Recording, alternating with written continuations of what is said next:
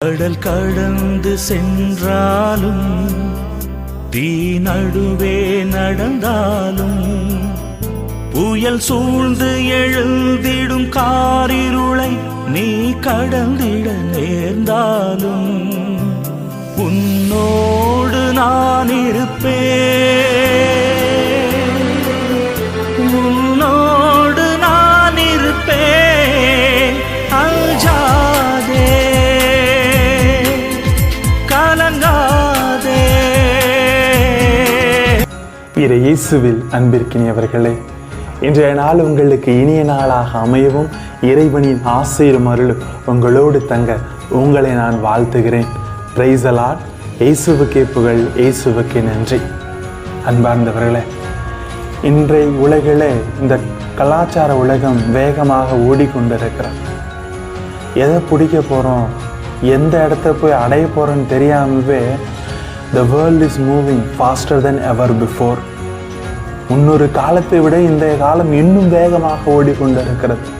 நாம் எல்லாமே deadline fix பண்ணி வாழ்ந்துக்கிட்டு இருக்கோங்க. அதுனா டெட்லைன், ஒரு குறிப்பிட்ட எல்லையை வரையறைத்து கொண்டு அதுக்குள்ளே நம்ம வாழ்க்கை இருக்கணும், இதுக்குள்ளே வாழ்க்கை முடியணும் அப்படின்னு ஒரு டெட்லைன் ஃபிக்ஸ் பண்ணி வாழ்ந்துக்கிட்டு இருக்கோம். அப்படி தானே? எந்த இடத்துக்கு போனாலும் ஒரு டார்கெட், எந்த ஒரு வேலைக்கு போனாலும் நீ இந்த வேலையை இதுக்குள்ளே முடிக்கணும், இந்த வேலையை இதுக்குள்ளே கம்ப்ளீட் பண்ணணும் அப்படின்னு ஒரு டார்கெட், ஒரு டெட்லைன் ஃபிக்ஸ் பண்ணி தான் எல்லோரும் வாழ்ந்துக்கிட்டு இருக்கோம். ஆனால் இந்த டெட்லைனை ஃபிக்ஸ் பண்ணும்போது மனிதனுக்குள் ஒரு பயம் ஏற்படுகிறது. என்ன நடக்குதுன்னே தனது வாழ்க்கைக்கு தெரியாமல் ஒரு பயம் அவனுக்குள் ஏற்படுகின்ற பொழுது, தனக்கு யாரும் இல்லை, தன்னை காப்பாற்றிக்கொள்ள நான் தான் இருக்கின்றேனா, என்னை எல்லோரும் கை நெகிழ்ந்து விட்டார்களா என்ற எண்ணம் ஒவ்வொரு மனித வாழ்க்கைக்குள்ளும் குடும்பத்திற்குள்ளும் இருந்து கொண்டிருக்கிறது. இதற்கு சிறந்த பதிலாகத்தான் இன்றைய வாசகங்கள் நமக்கு கொடுக்கப்பட்டிருக்கிறது. பார்ந்தவர்களே, அஞ்சாதே, நான் உன்னோடு உனக்கு துணையாக இருப்பேன் என்று இன்று ஆண்டவர் நமக்கு முழுமையான வாக்கை அளிக்கிறார். பாபிலோனியர்களால் பாதிக்கப்பட்ட யூத நாட்டு மக்கள், கடவுள் எங்களை முற்றிலும் கை நெகிழ்ந்து விட்டாரா, எங்களுக்கு யாருமே இல்லையா அப்படின்ற கேள்வி அவர்கள் உள்ளத்தை கொஞ்சம் கொஞ்சமாக அரித்து கொண்டிருக்கிறது.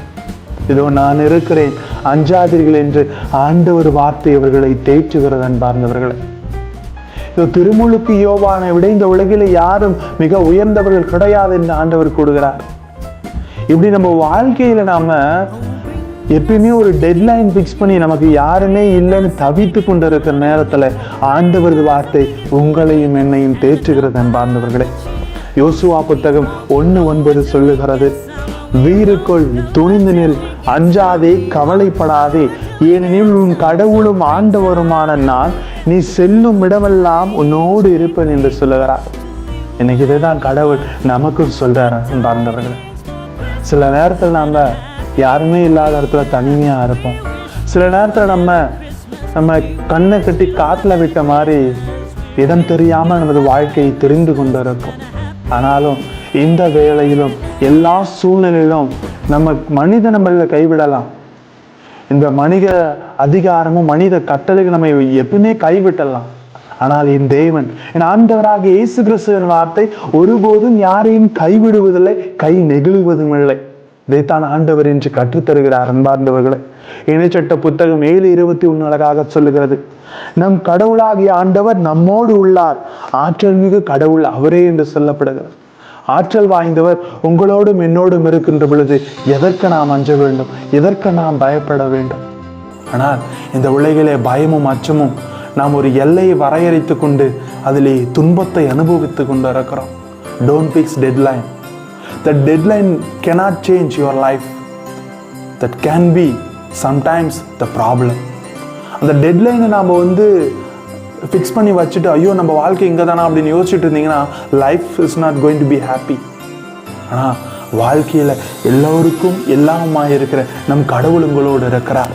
திருப்பாடல் 46:11 தெள்ள தெளிவாக சொல்லுகிறார், படைகளின் ஆண்டவர் நம்மோடு இருக்கிறார், யாக்கோபின் கடவுள் நமக்கு அரண் என்று சொல்லப்படுகிறது. அரணும் கோட்டையுமாக கடவுள் நம்மை சுற்றி வளைத்து நமது குடும்பங்களை நம்மையும் முழுமையாக பாதுகாத்து வருகிறார். அதனால எதை குறித்தும் கலக்கம் வேண்டாங்க, எதை குறித்தும் பயம் வேண்டாம். ஏனென்றால் அஞ்சாதே, நான் உன்னோடு இருக்கிறேன். வழியும் சத்தியமான தேவன் உங்களோடு இருக்கிறார், உங்களை வழி நடத்துகிறார். ஆண்டவரிடமிருந்தே எனக்கு உதவி வரும் என்று திருப்பாடல் 121:29 சொல்லுவது போல எங்கிருந்து நமக்கு உதவி வரலாலும் ஏதோ ஒரு சூழ்நிலையில் நீங்கள் தவித்து கொண்டிருக்கிறீர்களா? ஆண்டவரிடமிருந்தே உதவி வரும். அதை அறிந்து கொள்ளுங்கள். இதோ இந்த திருவருகை காலத்தில் எதை குறிச்சும் பயப்படாதீங்க. எனக்கு புது ட்ரெஸ் இல்லை, என் குடும்பம் ரொம்ப கஷ்டத்தில் இருக்குது, நான் எப்படி இந்த கிறிஸ்து பிறப்பு விழாவை கொண்டாட போகிறேன், இப்படி பல கவலைகள்.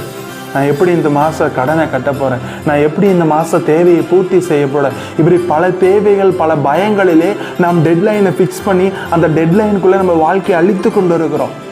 ஆனால் கடவுள் அரணும் கோட்டையுமாக இருந்து இன்று உங்களை தேற்றுகிறார். மகிழ்வோடு இருங்கள். பாலனேசு உங்களை பயத்திலிருந்தும் உங்களை பாவ இருளிலிருந்து மீட்டு ஒளிக்கு அழைத்து செல்கிறார். வாருங்கள்.